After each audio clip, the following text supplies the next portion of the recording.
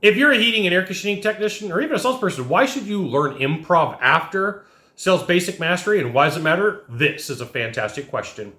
I'm Scott Silvenbell, coming to you live for HVAC Technician Sales Secrets on a perfect day to talk about sales and business and a fantastic day to talk about you.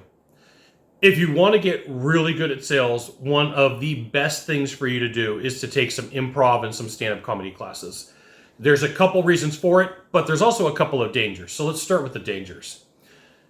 A lot of times, getting laughs and getting some humor out is addicting because you are the center of attention, because you have the ability to command a crowd.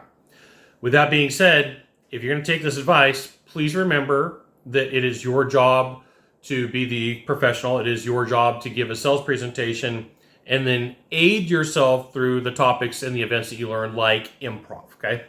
Because it's really easy to get caught up in, like, I made people laugh on my sales call, but I forgot to ask for the deal, okay? Or I got really caught up in telling jokes and I went off the rails and I said something that was inappropriate to the wrong person.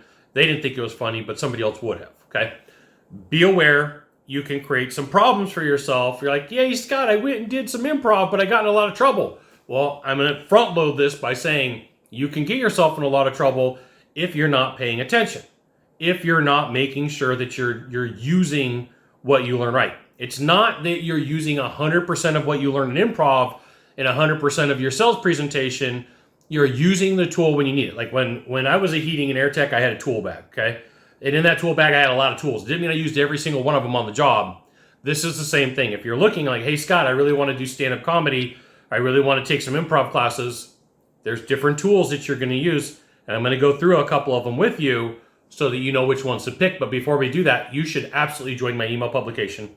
Go to this URL, type it into a browser, drop in your name, your email address, maybe your phone number. I'll give you the goods. Not in the Facebook group, not in the YouTube channel, which means private coaching, private training, discounted coaching, discounted training. It's an email publication. And occasionally I try to sell you stuff. All right.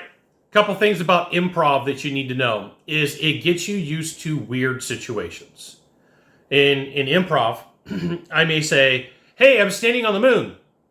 And somebody will be like, I wasn't expecting you to be on the moon. I thought you were going to be on Earth, right? You're going to get stuff thrown at you just like you get thrown at in sales. People come up with wacky objections and wacky concerns in your mind, right? And then I got to deal with this. Or you get interrupted. I was giving a presentation one time and I was in an office and the door swings open and the secretary runs in and she starts screaming at the business owner. I'd love to give you details, right? But it wasn't good, and we had to bring the conversation back, told a joke, got the conversation engaged, closed the deal. I wasn't expecting a secretary to run in and start screaming and yelling at the business owner, but it happens, okay? Number two, the addition of information. So in improv, they teach a thing called yes and. So if I'm on the moon and I go, hey, I'm barbecuing, my partner go, yes, and you're barbecuing aliens. Like, this is how you get through the weirdness of a sales presentation. This is how you get through the weirdness in business, is the whole yes and. And it's funny because when I present with some of the teams that I work with, we're going to use one of Scott's yes ands. They literally come on screen.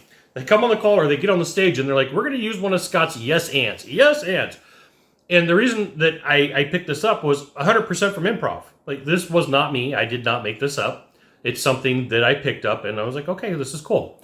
Number three, timing. And, if I tell a joke and I give you the punchline automatically, the joke may not be as funny.